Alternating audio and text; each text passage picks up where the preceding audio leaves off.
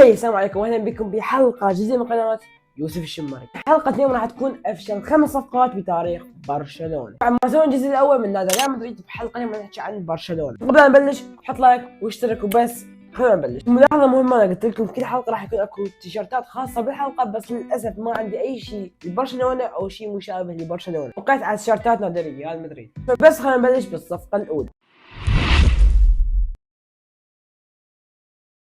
بداية موسم 2021 كان نادي برشلونة جاي يسوون ثورة بالفريق بعد الفضيحة اللي صارت في موسم 2020 والخروج التاريخي والمذهل من بايرن ميونخ نتيجة 8-2. وسط الثورة كان الفريق يبحث عن لاعب وسط سوبر ستار وما يكون سعره جدا غالي. بنفس الوقت كان اكو لاعب انا بالنسبة لي اشوف انه اسلوبه جدا مقارب لاسلوب لوكا مودريتش، حتى تقريبا هو نفس الطول. شخصيته ولعبه جدا مقاربة لشخصية ولاعب لوكا مودريتش. يحكي على لاعب بوسني ميرياليم بيانيتش، لاعب كان يقدم مستويات قوية الموسم قبلها حتى بالموسم الاخير. مستوياته مو اللاعب احتياط، مال لاعب اساسي فريق كبير. اكو مشكلتين باللاعب اللي هي كثره الاصابات واللاعب كبير بالعمر، وهذا الشيء تقدر توفره اداره نادي برشلونه. الفريق ما عنده فلوس هواي وحاليا داخل بثوره ومرحله تجديد، لازم يتعاقد مع لاعب سوبر ستار وخبره بخط الوسط. توقع اختيار على بيانيتش وقيمه الصفقه كانت تكلف 65 مليون يورو. بنفس الوقت يوفنتوس اشتروا لاعب برازيلي شاب صاحب 23 سنه ارثر ميلو. لكن بالنسبه لي اشوف انه الصفقه جدا غبيه. طلعت لاعب عمره 23 سنه وجاي يقدم مستويات قويه وياك، وجبت لاعب عمره 30 سنه يمكن لو باقي ارثر ميلو كان حدث يقدم مستويات مع نادي برشلونه. لكن في اول موسم لبيانيتش صارت له هواي مشاكل واصابات ما قدر من خلالها يتاقلم مع نادي برشلونه،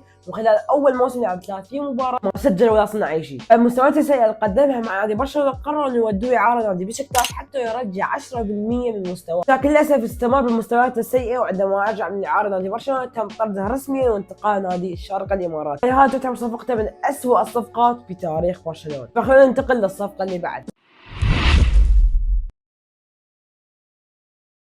الصفقة الثانية تعتبر من صفقات تشوفها جوارديولا بمسيرته التدريبية، صفقة انتقال المحترم والمؤدب زلاتان ابراهيموفيتش من نادي انتر ميلان نادي برشلونة. انتر ميلان اللي كان بوقتها مدربه هو جوزيه مورينيو سبيشال 1 اللي طلب 68 مليون يورو وفوقها سامويل ايتو مقابل زلاتان ابراهيموفيتش. طبعا 68 مليون يورو كانت بوقتها تسوى مبلغ قوي مو مثل هسه. فاكيد زلاتان ابراهيموفيتش وافق على انتقال نادي برشلونه، فريق محقق السداسيه، وكان حلم ابراهيموفيتش هو يحقق دوري الابطال. المهم وصل زلاتان نادي برشلونه، بس انت دائما خوفك من كلمه بس. كل ما اقول بس يعني عاشت وراها مصيبه. اللاعب صارت بينه وبين مدربه جوارديولا مشاكل هوايه، مو بس انها مصيبه، المصيبه الاكبر انه زلاتان طلع بالاعلام وقام يحكي على جوارديولا، على المشاكل اللي زعجت جوارديولا وخلته يخترع مركز جديد بس عمود يلعب ميسي بهذا المركز الجديد ويقعد زلاتان على الاحتياط. فكلنا نعرف شخصيه زلاتان وشخصيه جوارديولا اثنيناتهم ما يتوالمن. زلاتان عنيد ويحب المشاكل. قلت مشاركات زلاتان وقرر المغادره على سبيل الاعاره الى كبير ايطالي نادي اي سي ميلان لمده موسم واحد، ومن ثم الانتقال النهائي نادي اي سي ميلان. على الطرف الاخر ايتو كان منفجر وجاي يقدم مستويات قويه مع الانتر، والصدفه الحلوه انه انجمع نادي برشلونه وانتر ميلان في نصف نهائي دوري ابطال موسم 2010. قدر الانتر يمسح الكعب بمباراه الذهاب بين نادي برشلونه بنتيجه 3-1. صح ايتو ما سجل ولكن صنع هدفين. فاز برشلونه بالاياب بنتيجه 1-0، لكن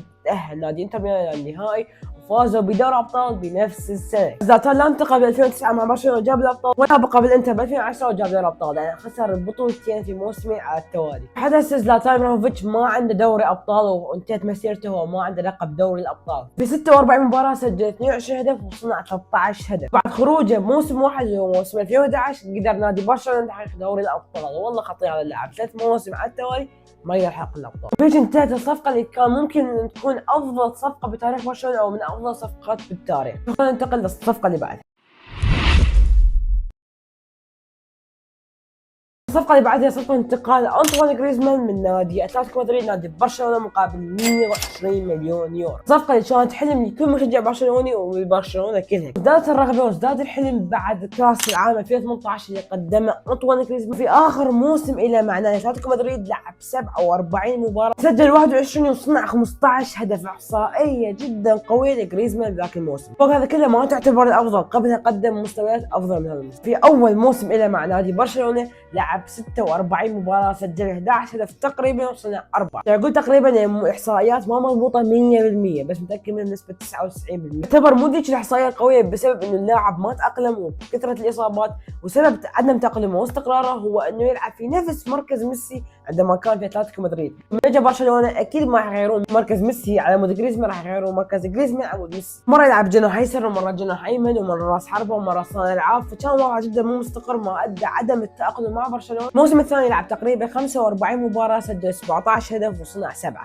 بعد الموسمين اجت الظروف الصعبه الماديه نادي برشلونه ومشكله تجديد عقد ليونيل ميسي، فقرر جريزمان مغادره نادي برشلونه والانتقال على سبيل الاعاره الى فريق السابق نادي اتلتيكو مدريد. الموسمين ما قدم بها المستوى المطلوب، فلوس اندفعت به 120 مليون يورو، يعتبر من اغلى صفقات في التاريخ وبتاريخ نادي برشلونه. بعد اعارته لمده موسم قرر انتقاله بشكل رسمي نادي اتلتيكو مدريد والعوده له مره اخرى. فخلينا ننتقل للصفقه اللي بعدها. الصفقة الرابعة قبل الأخيرة هي سببها الأساسي لخليفي ونيمار. الخليفي اللي بموسم 2017 قرر كسر عقد نيمار وحط 122 مليون يورو قدام نادي برشلونه، اخذ نيمار. فقرر نادي برشلونه بهذا الوقت تعويض نيمار بالصفقه، ولكن للاسف وقع الاختيار على عثمان ديمبلي اللاعب الفرنسي اللي يعتبر اكثر لاعب دخل المستشفى. عثمان ديمبلي كان لاعب جوله مع نادي دورتموند، 51 مباراه، 10 اهداف و14 اسيست، 24 مساهمه ب 51 مباراه بعمر 20 سنه، تعتبر احصائيه جدا قويه. قرر نادي التوقيع وياه مقابل 105 مليون يورو كثابت و40 مليون يورو متغيرات، فقيمه الصفقه الاجماليه تكون 145 مليون يورو. كل جمهور برشلونه كان جدا متفائلين به انه راح يعوض نيمار ويقدم مستويات قويه مع نادي برشلونه، خاصه اللاعب عمره صغير. للاسف الصفقه فشلت فشل ذريع بسبب كثره الاصابات، يرجع وينصاب، فمن يرجع مرات يقدم لك مباريات تذكرك بميسي واساطير كره القدم. فوق انه اصاباته هوايه، عقليته جدا تعبانه. فقرر نادي برشلونه موسم 2023 التخلص منه نهائيا وبيع نادي برشلونه مقابل 50 مليون يورو. اللاعب اللي لعب مع نادي برشلونه 180 مباراه، سجل 36 هدف بس، احصائيه جدا ضعيفه للاعب سعره فوق 100 مليون يورو. في تنتهي الصفقه كلفت نادي برشلونه 145 مليون يورو. خلينا ننتقل للصفقه الخامسه والاخيره. بعد فشل ديمبلي بتعويض نيمار، قرر الفريق انه يروح يتعاقد مع لاعب ثاني يعوض نيمار. نفس الوقت كان اكو لاعب جاي يقدم مستويات قويه ومكسر الدنيا مع نادي ليفربول اللي هو كوتينيو. بعد ما سمع كوتينيو هذا الخبر فقرر رسميا المغادره من ليفربول، وحتى ما انتظر نهايه الموسم، بنص الموسم قرر المغادره من ليفربول بعد ما كان يقدم مستويات قويه. وتمت الصفقه يوم 6/1/2018، يعني بنص الموسم بالانتقالات الشتويه مقابل 120 مليون يورو. كالعاده انا واحد من الناس جدا خايف من صفقه انتقال كوتينيو، اللاعب كان يقدم مستوى جدا قوي مع ليفربول. باول نص موسم له ب 18 مباراه، سجل 8 وصنع 5، احصائيات تعتبر زينه، كان يقدم مستويات قويه مع نادي برشلونه. لكن المشكله والسبب الرئيسي في تذبذب مستوى كوتينيو وفشل صفقته عدم الاستقرار والتخبطات بالموسم اللي بعده مع مدرب فالفيردي. مره قام يلعب على الجناح الايمن ومره على الجناح الايسر ومره مهاجم وهمي. فقد كوتينيو الثقه بنفسه، وبنفس الوقت المشجعين والاعلاميين وجميع اشخاص موجودين نادي برشلونه فقدوا الثقه بهذا اللاعب. فبسبب نزول المستوى قرر المغادره والانتقال على سبيل الاعاره الى نادي بايرن